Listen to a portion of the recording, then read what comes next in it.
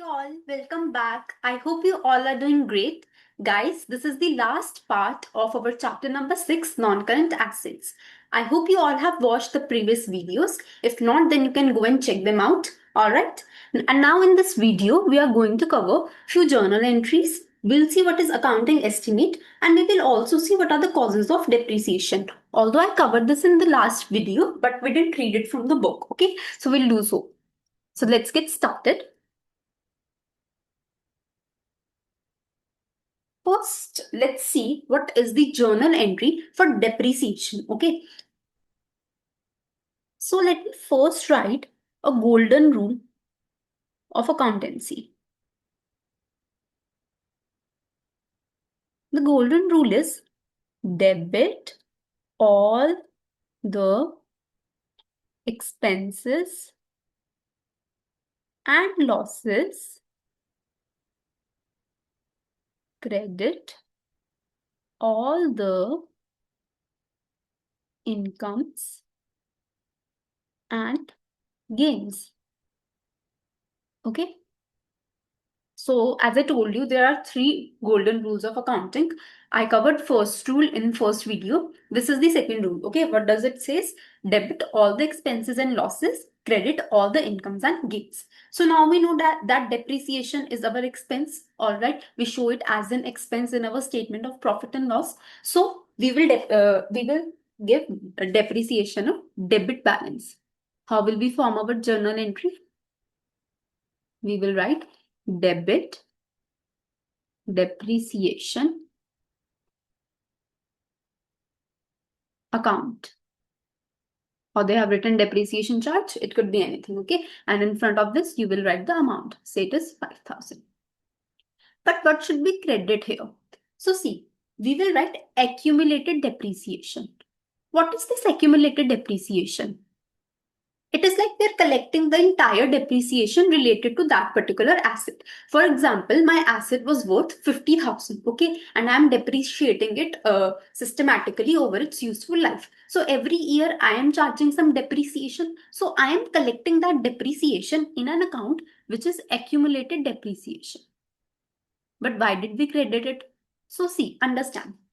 Our asset has a debit balance. Okay, we know that debit what comes in. So when we purchased our asset, it came in our organization, so it will have a debit balance. But now when we reduce our asset, okay, we are reducing the value of our asset. So what is the opposite of debit? It is credit. So if we are reducing the value of our asset, so we should credit it, right? And what is this accumulated depreciation? It is the total depreciation till date of related to that asset. So that's why the credit here would be accumulated depreciation. All right. I hope this is clear to you. So the depreciation charge is a profit or loss expense and therefore it is not accumulated. So this depreciation charge is for only 1 year. This is not accumulated depreciation. It is only for the current year which you have calculated. The accumulated depreciation account is a statement of financial position account, as the name suggests, is accumulated, and this accumulated depreciation, it goes into balance sheet, and this depreciation, it goes into statement of profit and loss. Okay, so okay, fine. So in your statement of profit and loss, you will show it is like this. Okay, first here comes revenue, then it's less cost of sales, then you get your gross profit. Okay, then from gross profit you reduce other expenses. So one of them is depreciation. So from here you will reduce your depreciation. You will show current year depreciation in your P&L. Okay, now let's see what will happen in our balance sheet.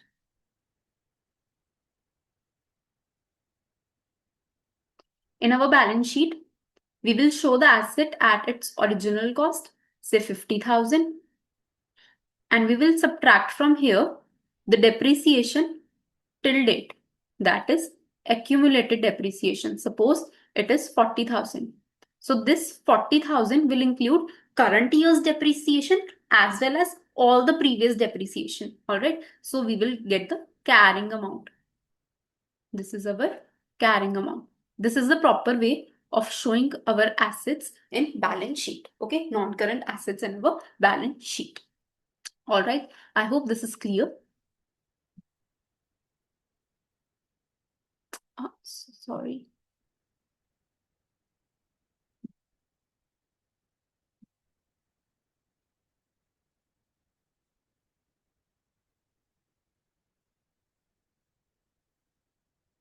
Now let's look at this illustration.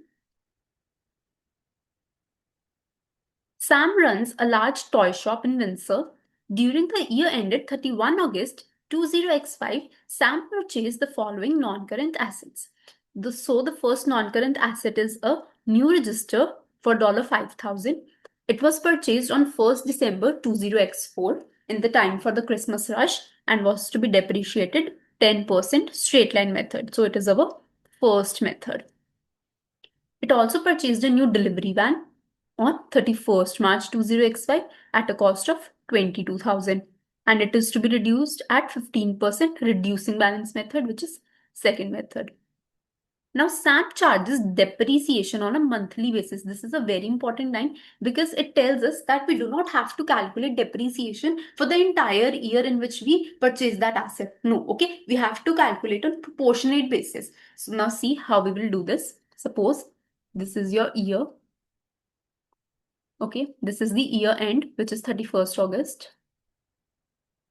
20x5. Now go 12 years behind.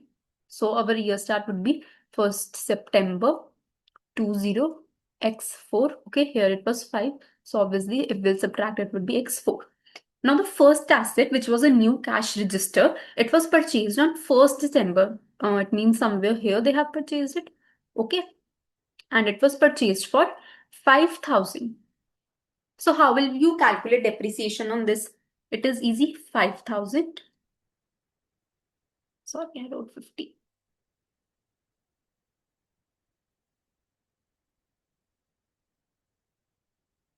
Into the rate was 10%. So it will come out to be 500. But we have to do on monthly basis. So see, we purchased in December. So December, January, February, March, April, May, June, July, August. So these are 9 months. From 1st December till 31st August, these are 9 months. So we will do 9 by 12 of this. If you will calculate, it will come out to be $375. Okay, so this is how we will calculate depreciation for new cash register. All right. Now let's see for new delivery van. It is to be depreciated at 15% reducing balance. So similarly, let's make a timeline for this too.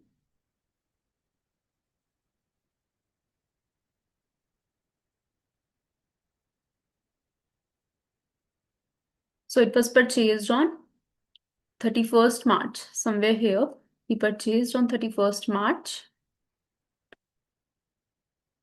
for 22,000. So in the same way, you'll calculate 22,000 because this is the first year. So, you just have to take the cost of the asset. You do not have to see the carrying amount. It's the first year in which we are calculating the depreciation. So it is easy. So multiply 22,000 by 15%. Let me calculate.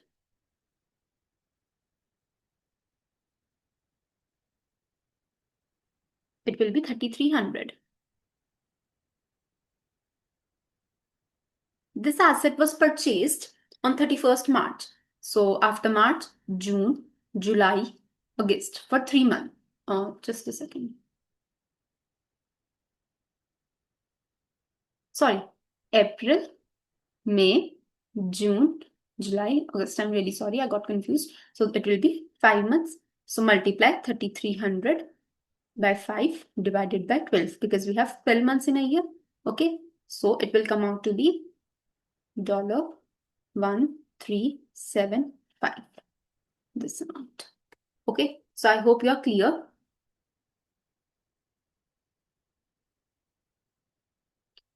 Depreciation for new cash register is 1,375 and for new delivery van it is 1,375.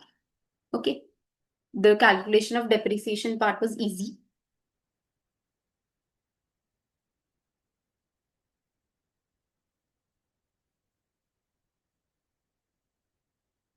So in the first part, they asked us to calculate depreciation only. They have written what is the depreciation charge for the year ended 31st August. All right.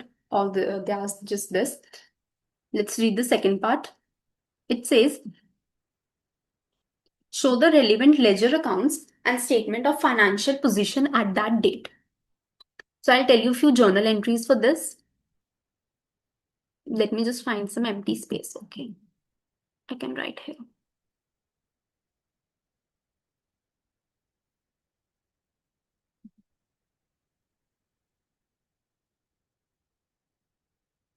Yeah, great. Now see. First journal entry is on purchase of non-current asset when we purchase our asset. So debit what comes in? The asset is coming in. So we will write debit non-current asset. Whatever the assets name of the asset is, like machinery, plant, or whatever it is. Credit what goes out. Credit what goes out. If you have paid cash, then cash. If you have paid through bank, then bank. Or if you have purchased on credit, then you will write payables. All right. I hope the first entry is clear about purchase of non-current asset. Debit what comes in, credit what goes out. Second entry is of depreciation. We have already done this. We just did it. Debit, depreciation account.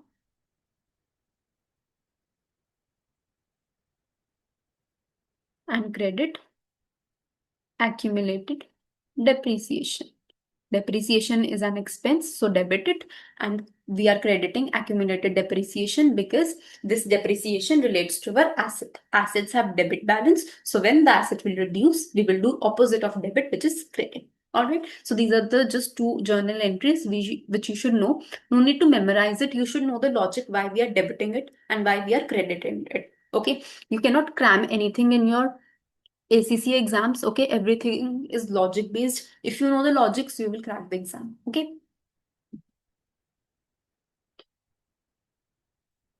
So now let's see which all ledgers we have to prepare in this question. So the first ledger which we will prepare is of our asset account. Our first asset was cash register. Cash register. Now see, when you purchase the cash register, you must have passed this entry debit cash register, credit cash. All right, you must have passed this entry. Now, when you are preparing the ledger for this non-current asset, so forget this. Okay, how do we post in ledger? Forget the debit because the ledger which you are preparing is for non-current asset. So just forget about this part. What is remaining? Credit, cash, bank, or payables. So see, in our ledger, this is to side and this is buy side. When we make our entry, we write non-current asset debit to cash. Okay, if you are an Indian student, so in your +1 or +2, you must have passed journal entries in this way. Okay, since we are posting journal entry for this account, so forget this. What's remaining? To cash. All right, to cash. To side is this, so you will write to cash here. Clear? So here you will write to cash. Now see in this question they didn't mention if we purchased it through cash or bank or payables. So here they have written to cost, which is also fine. You can write to cost and it was purchased for 5,000. This was the only cash register which we purchased during the year. Okay, that's it. So now we have to balance our ledger. Okay, so in this credit side, what will you write? You will write balance carried forward, which is also 5,000. So your total at the year end is 5,000 and here also 5,000.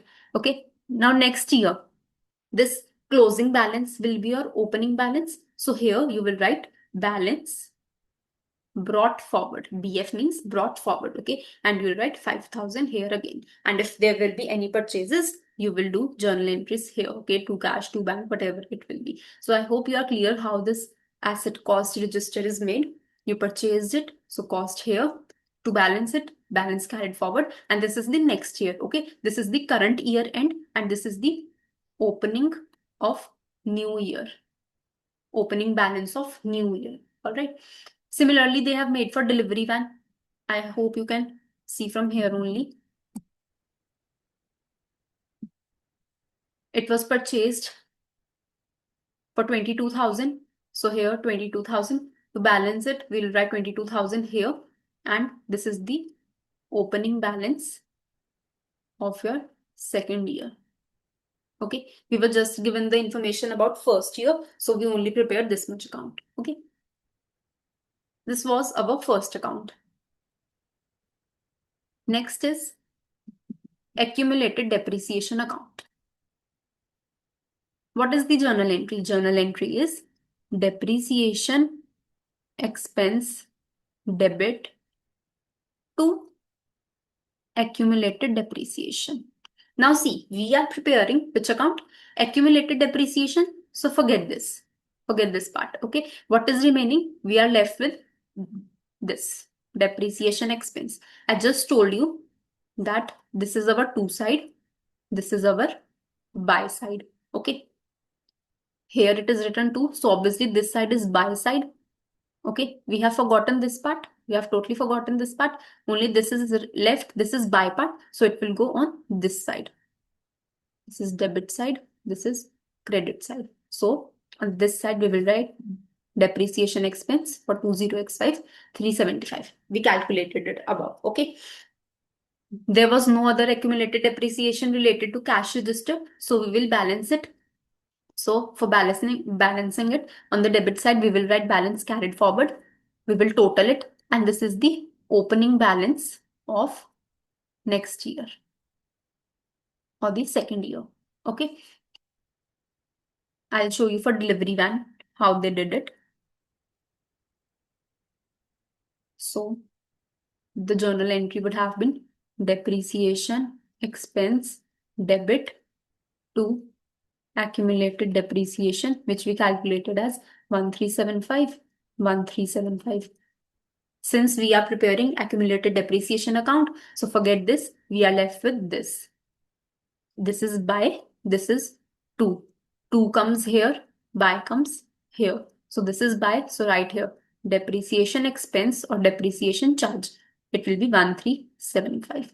This is the only journal entry. Okay, so we have to balance it at the year end. So here we will write to balance, or no need to write to balance carried forward 1375. You will total it 1375 and 1375. In the next year, you will take this closing balance will become opening balance. So balance brought forward, which is 1375. All right. I hope it's clear now. See, accumulated depreciation has a credit balance. So in the next year, our opening balance is also coming on the credit side. This is credit side of the ledger and this is the debit side of the ledger. I hope you know the basics of preparing the ledger account. If you're clear with the basics, then you must have understood this part too. Okay. One last account is left, which is the depreciation account. Now again, the journal entry is depreciation expense debit to accumulated depreciation. Now which ledger are we preparing? We are preparing depreciation. So forget this. What is left? We are left with this 2 accumulated depreciation. 2 goes on which side? On the debit side. So right here 2 accumulated depreciation. Now we have 2 accumulated depreciation. The first one relates to the cash register, which was, I guess, 375. Yeah. So right here 375, and the other one was 2 accumulated depreciation. It was for delivery vans, which was 1375. These were the only journal entries for this year relating to depreciation. We are preparing depreciation account. So you will total it. You will get 1750. Now tell me, where do you take depreciation charge for the year? We take into the profit and loss. So for balancing both the sides, here your balancing figure will be profit and loss, which will be the total of these both, which is 1750. You can total it here like this. Okay. So 375 here, 1375 here. Add up these two, you'll get 1750. To balance it, you have to write something on the credit side because we take depreciation to our profit and loss. So here our balancing figure will be profit and loss, which is 1750. Okay. So I hope it is clear. If you have any doubts, you can ask in the comment section.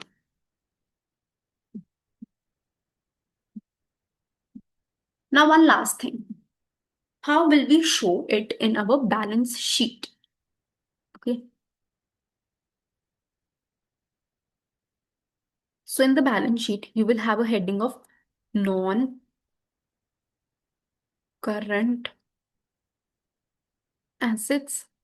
Under this, you will show your first non-current asset, which is cash register. And the second was delivery vans. I'm writing the short form. Here you will write the cost. Here you will write the accumulated depreciation. And when you'll subtract these both, you will get the carrying amount. Depreciation was 375 for this and 1375 for this. Let me just check the cost at which we purchase these both the assets. So the cash register was purchased for 5,000 and it was purchased for 22,000.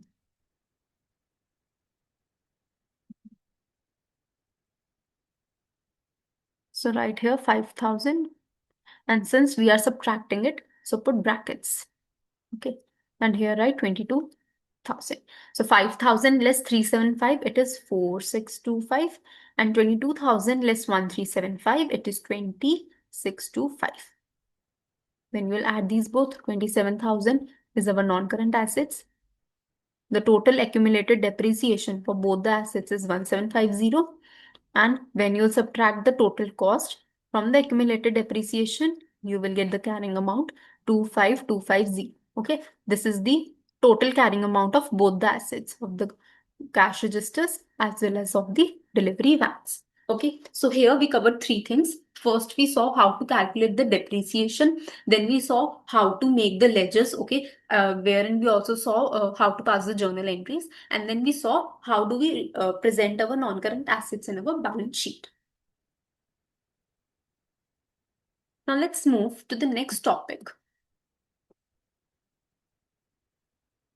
This is the similar test your understanding like we did. So practice it on your own. If you have any doubt, you can ask in the comment sections. Okay. So the next topic is changing estimates. So see, we calculate depreciation on the basis of its useful life. What is our journal entry? The journal entry is cost minus residual value upon useful life. So suppose I purchased an asset, and when I purchased it, its total useful life was 10 years. Okay. But now what happened? 2 years passed away. First year passed away, then second year passed away. When I was standing on the last year, on the last date of the second year, my valuer came. Who is the valuer? Who values their assets, their useful life and all. Okay. So he said that the remaining useful life of the asset is not 8 years. How did I get 8 years? Total life was 10 years. 2 years have passed, so the remaining useful life is 8 years. So the valuer said on this date, the valuer said that the remaining useful life is not 8 years, rather it is 12 years, which means that the useful life has increased from 8 years to 12 years. So now this change in the useful life will have an impact on my depreciation, because while calculating depreciation, my denominator is useful life. So if this has changed, so my depreciation will automatically change too, right? Let's see how to do this now. Okay, I hope you have understood the meaning of changing estimates. One thing also you should know is, see, our estimate changed here on this date at the end of the second year. So you will not go running to previous year balance sheets, okay, and you'll start changing the depreciation there. No, you won't do any such thing, okay. What has gone has gone. You don't have to look at the past. You just have to revise your depreciation for the coming years. Okay, for the next 12 years, you will charge the additional depreciation. Now let's try to understand it with the help of this illustration. Alfie purchased a non-current asset for $1 million. Sorry, for 0.1 million, or you can say 1 lakh, on 1 January 20x2 and started depreciating it over 5 years. So the useful life was 5 years. Residual value was taken as 10,000. So let's calculate the depreciation first. The initial depreciation. So the cost, which is 1 lakh, minus the useful residual value 10,000 divided by the useful life of 5 years. So 90,000 divided by 5. It will be $18,000. So this is the depreciation expense for our year from 1 January 20x2 till 31 December 20x2. So now what happened? At 1 January 20x3, it means after 1 year, a review of asset lives was undertaken and the remaining useful life was estimated at 8 years. Okay, now tell me what should have been the original useful life remaining. The total useful life was 5 years. Okay, and 1 year has passed from 20x2 till 20x3. 1 year has passed. So it should have been 4 years. But in reality, it is 8 years. So obviously now our depreciation expense will change and the residual value is nil. So calculate the depreciation charge for 31st December 20x3. Now let's see what will be the depreciation for the next year. How you will calculate it? You will take the carrying amount on 1st January 20x3. See, the cost of our asset was 1 lakh and the depreciation is 18,000. So the carrying amount would have been 82,000. Yeah, $82,000. See, to calculate the revised depreciation, I will first calculate my carrying amount. Okay, so my carrying amount on 1st December 20x3 will be 1 lakh, which was the cost, less the depreciation. This is my carrying amount.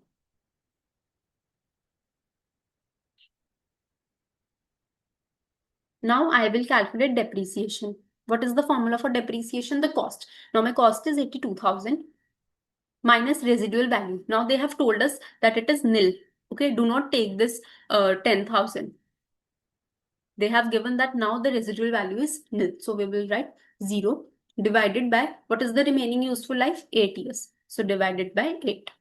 Let's see what comes out. So our new depreciation is 10,250. Okay, so I hope you are clear that how we have to calculate depreciation in case the useful life changes. See, this 10,250 per annum. I will just give you an overview of what happened.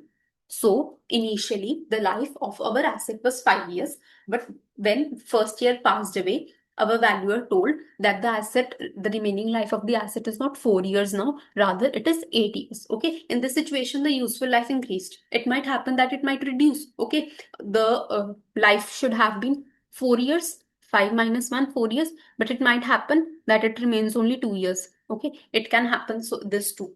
So the situation can be any. You just have to remember that on the day when your remaining useful life changes, on that day you have to calculate the carrying amount of that asset. Then only you can calculate your changed depreciation amount. All right.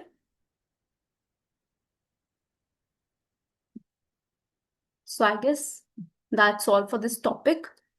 There is one test on understanding. Try to solve it yourself. And yeah, we are done with this chapter. One thing which I have to cover is the causes of depreciation.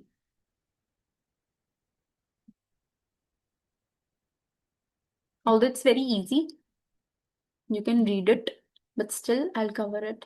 Okay. Yeah. So why does depreciation arise? From use. You purchase the machinery, you are using it. So of course, the parts of that machinery will reduce in their value. They won't function properly. So use. From physical wear and tear. Okay. Generally, what happens? You purchased a car. It might meet with an accident. Okay. So there would be wear and tear. Passing of time. As the time passes, okay, the asset does not, give us the required result properly. Okay, like you purchased a car, initially it will function really well, but with the coming years, it will start posing some problem with engine or anything. Okay, so with the pass of time, the value of our asset decreases. Obsolescence, I discussed it. Okay, it is the technological outdatation, that the technology on which our asset is based, it gets outdated. It's very much relevant in our current time, because in our current time technology is changing rapidly, highly rapidly. Okay, every few months there is a new technology, so our assets will get outdated. Okay, and last is depletion. What is this? Suppose you had a land, and from that land you used to extract minerals. Okay. So now that land has specific minerals. Okay. You are digging minerals. One day it will happen that all the minerals are finished. Okay. So that land will be of no use for you now. Okay. You cannot extract any further minerals from that. So that's why depletion is also one of the causes of depreciation, because now the minerals are not present in that asset. So that's why the asset is of no use. So we have to depreciate it. Okay. One thing which you should know is that land does not get depreciated. See, here in this case, we were using land for extracting minerals. That's why I said deplete it, and it is a cause of depreciation. But understand, the normal lands, suppose you have a house, okay, it will never depreciate in the value. Rather, the prices of the land keeps on increasing. If you have might heard your parents talking that the prices of properties are increasing. Okay, so land property, it is something which never depreciate. They rather appreciate. Okay, we will do a topic related to revaluation also, which shows increase in the value of the asset. Okay, so we never charge depreciation on land according to IAS 16. IAS 16 is related to sorry,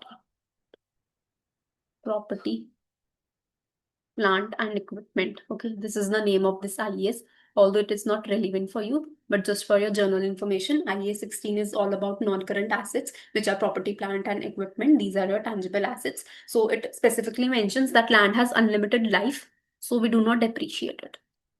Okay.